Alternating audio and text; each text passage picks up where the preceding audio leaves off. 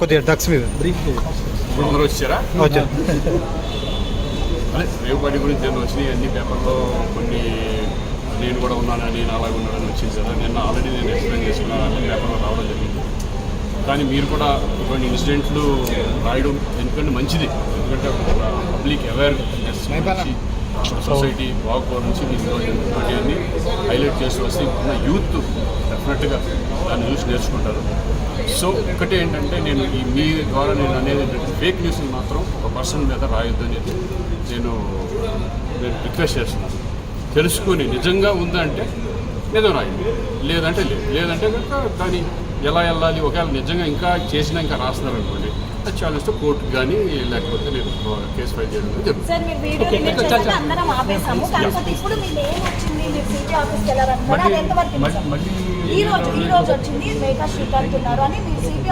చూద్దాం, ఒకవేళ నిజంగా ఎవరన్నా రాస్తే నేను డైరెక్ట్ కోర్టుకి వెళ్తాను, కోర్టులో తెచ్చుకుంటాను, నేను ఫైల్ చేస్తాను.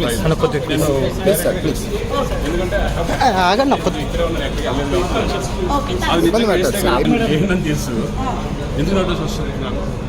ఒకవేళ అటువంటిది వాళ్ళు కనుక ఫేక్ కనుక చేయగలిగితే నేను పోలీస్ స్టేషన్ కూడా కంప్లైంట్ ఇవ్వడానికి రెడీ.